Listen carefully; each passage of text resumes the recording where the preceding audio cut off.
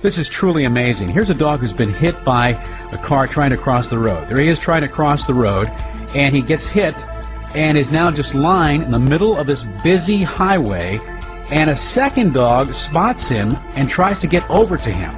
Here's the first dog again being hit.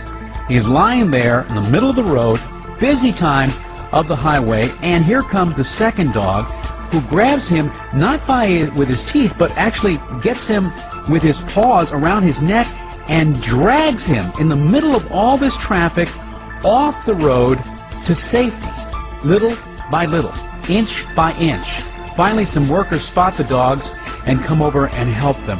And by the way, the injured dog lived.